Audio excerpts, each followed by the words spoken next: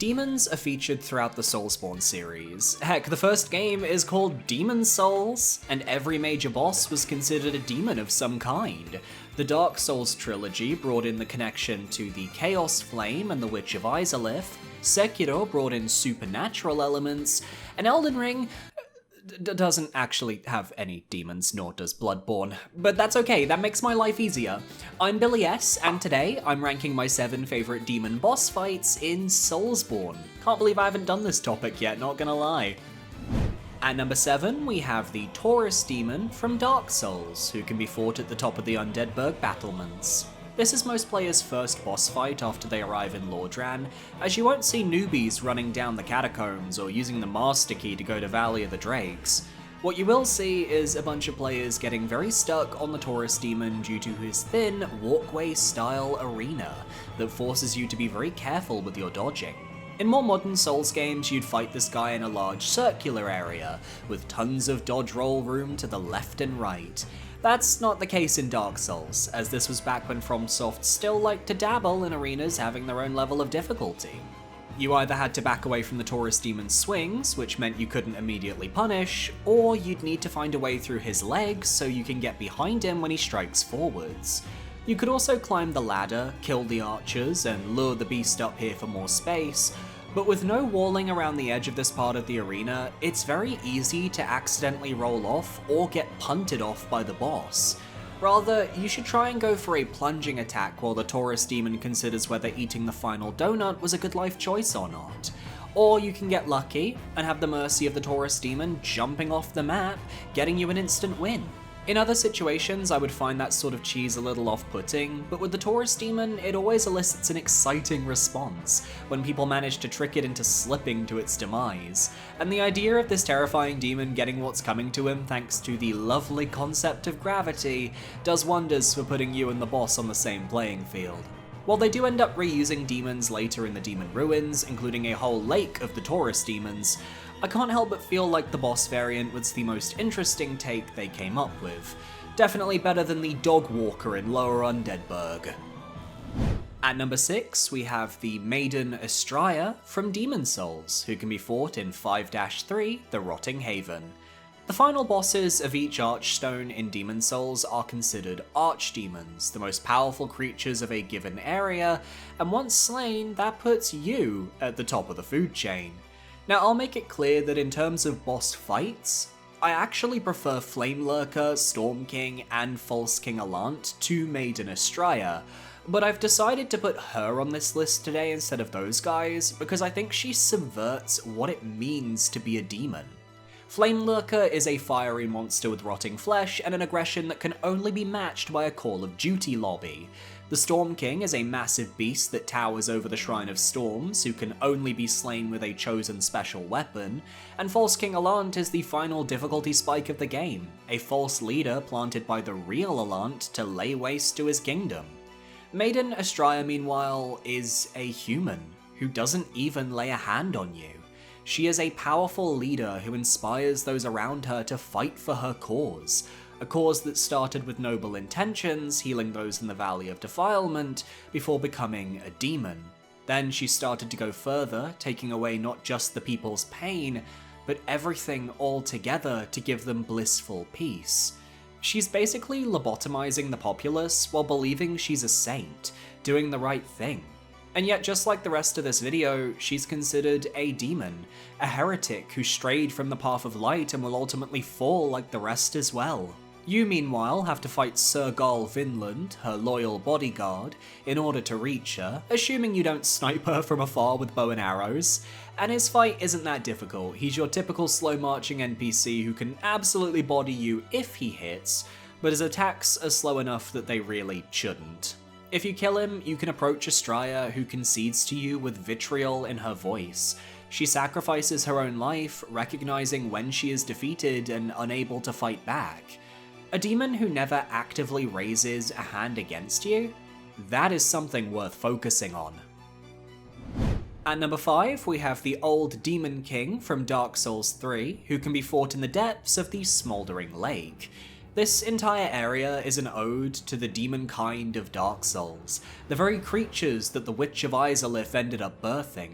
You can imagine that without the bed of chaos to sustain them, demons began to weaken over time. Combined with the lore in Lothric of the Demon Prince being cut down by elder brother Lorien, and it seems that the old Demon King is one of the last of his line, his lineage. He is a decrepit, old, haggard and wizened man who rests in his arena in silence. The fires that burned once within are withering away, sputtering out. And we see this when we take the old Demon King on. He can still summon flames to harm us, with melee strikes that end with fiery little explosions, and a temperament that can still call back to his power in the past. But as the fight progresses and the old Demon King continues to use up his remaining firepower, it becomes clear there's only so much he can do. He has the power to summon meteors from the sky, which can be avoided using the mounds around the arena. He can create rings of fire that expand and contract across the floor, which you have to carefully avoid, and he has got a point-blank fire attack that can do damage at both lower and upper levels. But what I like about the old Demon King is that his fight still tells a story. Get him to low health and he'll eventually use an attack that causes his fire to run out. His body crumbles, and for a solid 7 seconds or so, you have time to just wail on the boss. He can't do anything to stop you, exhaustion setting in. His age is on full display, he's at least over 30. And then you finish him off. Without the DLC that adds the Demon Prince fight, this would have been the final demon we faced in the Dark Souls trilogy, and with how prevalent they were in Dark Souls, despite most of their fights absolutely sucking, it leaves a very distinct impression. It's a shame that this is one of the most missed fights due to Smouldering Lake being the only optional area in the game prior to Lothric Castle, and thus people don't find him, then come back much later to decimate him with a high-level build, which I guess also works thematically now that I think about it. Maybe he'd have a better shot at surviving if he parried that subscribe button because this channel is trying to reach 50,000 subscribers, and the old Demon King being in the under 50k club could heal him, just like it could heal you. At number 4, we have the Demon of Hatred from Sekiro Shadows Die Twice, fought during the final assault on Ashina Castle by finding an idol near the start of the outskirts that takes you to the boss arena. The Demon of Hatred is a contentious fight in the series, as you have a lot of people who love the challenge he exudes. After all, the Demon of Hatred has been described as a Dark Souls boss in Sekiro, which goes at odds with everything you've learned up to this point. But then you have a ton of players who despise the Demon of Hatred for not living up to the extremely tight combat standards that Sekiro is known for. It simply cannot be as entertaining to fight as a Genichiro or an Ishin or an Owl Father due to the sheer size and AoE nature of his attacks. It's a different beast, literally. I fall somewhere in the middle. I love the concept of a fight that flips everything on its head, and I consider the Demon of Hatred worthy of its place in the game. It's a 3-phase fight with a moveset that is dynamic and changes with each, but I am also of the opinion that some of the hitboxes on a few of the various Flame Wave moves are fucking bullshit. Same goes for his fireballs, which sometimes you can dodge easily, and sometimes they track you a bit too well. But then I love grappling through the air to close distance, or using the Flame Umbrella to block his jump slam, or managing to avoid those perilous attacks by the skin of my teeth. It helps as well that the Demon of Hatred is actually the sculptor, the man who gave you the shinobi prosthetic at the start of the game, and who allows you the opportunity to rescue and fulfill the desires of your lord. He upgrades your tools, he provides you with advice, you share some drinks with him, watch him carve some Buddhas, and in the end, when his rage consumes him, the kindness that he showed you, the player, is what ultimately wraps around in the form of positive karma, as you then take the time to slay him, providing him the rest that he so desperately seeks. I can't get too mad at this fight. That's a lie. I can rage at this fight a lot, but I recognize the quality is most certainly up there. At number 3, we have the Blue Smelter Demon from Dark Souls 2, fought in the optional Iron Passage beneath Broom Tower. There were only a couple of demons in the second game, with the 2 Smelter Demons, the Old Iron King, and the Demon of Song being the only candidates, and of those fights, only one of them is in my top 5 of Dark Souls 2, and that's our boy, Blue Smelter. Despite the god-awful runback that makes the experience of facing him a little more tedious than we would like, Blue Smelter ends up being incredibly fun to fight. Unlike the Red Smelter Demon found in the base game's Iron Keep, this variant of the boss has a faster pace. Attacks come out quicker, which for a game like Dark Souls 2 that prides itself on extremely slow gameplay, feels very refreshing. I often find myself messing up dodges against Red Smelter because attacks are slow and deliberate, they're delayed and have stupid tracking, whereas with Blue Smelter, because the speed is more in line with modern FromSoftware, I actually find myself doing really well. I avoid more of his attacks, I get that sense of quick, frenetic energy that the DLCs for Dark Souls 2 really deliver in spades, whereas the base game fails to do so.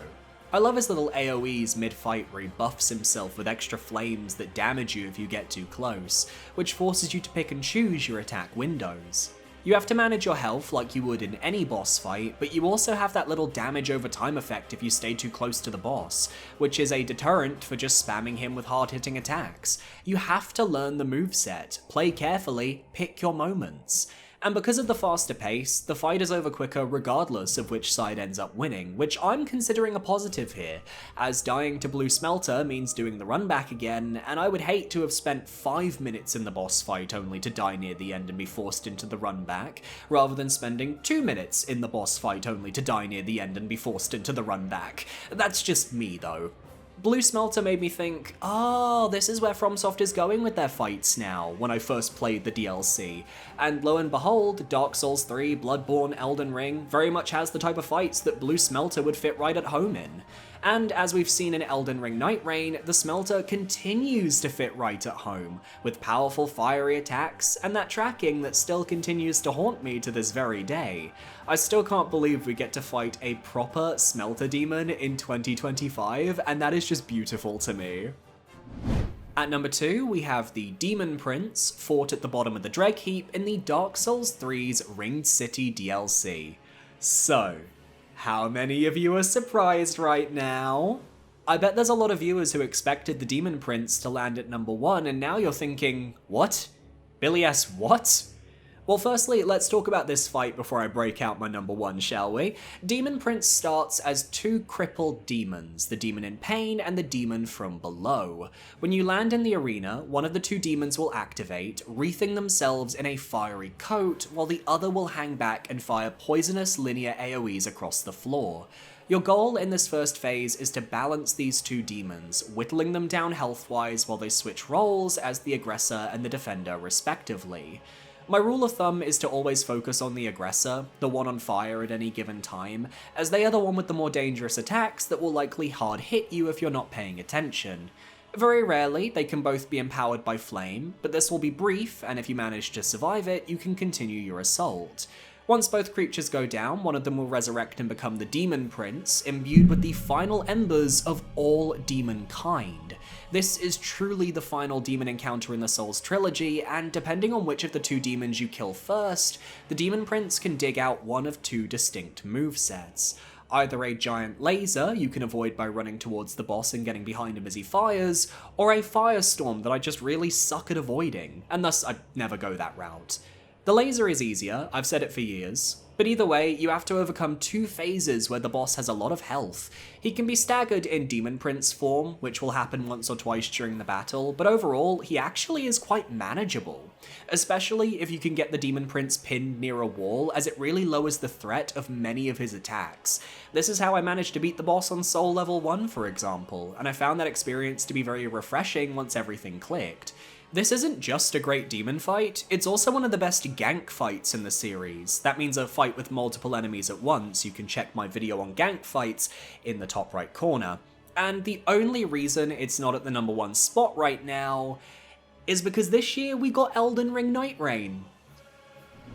At number 1, we have Libra, Creature of Night, fought as the Night Lord of the Equilibrious Hunt in Elden Ring Night Rain.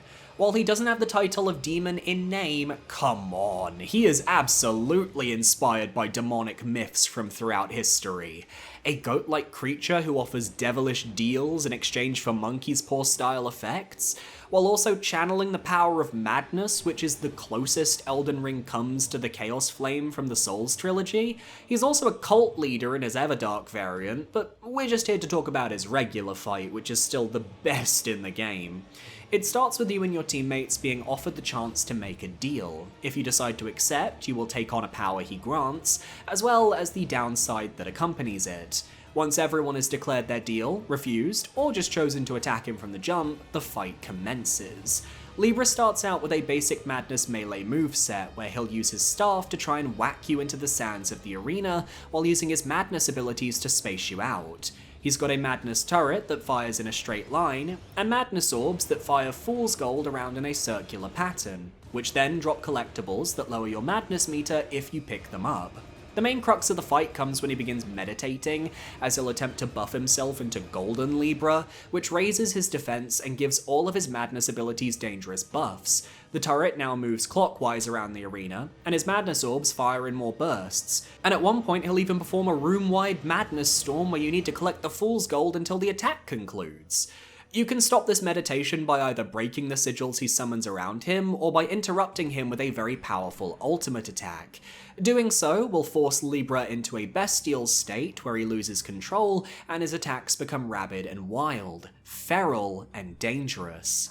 He can create flashbang Madness blasts, he can rip Madness from the ground and the skies, and he'll leap and charge at you without a second thought. It's easier to deal with than Golden Libra, and is very fun to play around. The idea of this demon who is so composed on the one side of the scale, yet so dangerous and beast-like on the other side of the scale as his humanity wanes. It's the perfect example of a proper demon from folklore, and has quickly risen to become one of my favourite fights in the entire series. So, of course Libra was going to be at number 1 here. We made a deal to make it happen. He gets number 1, and I get a few more subscribers. 50,000! Libra and I both want you to help us get there. And that's my list. Did you agree with my thoughts down below? Let me know, and be sure to parry that subscribe button so you can stay up to date on all my future videos. I want to give a shout out to my YouTube channel members for supporting me for another month. It's $4.99. You get early access to certain videos, you get a shout out in the description and at the end of videos as well, and you get access to my Dark Souls 2, Dark Souls 3, and Age of Imprisonment series, so it's a good place to be. If you want to follow me on social media, I've got a Discord, I've got a Blue Sky, I've got a Twitch, and I also stream here on YouTube, so there are many ways to get in contact. Thanks for watching, and I'll see you guys next time. Adios.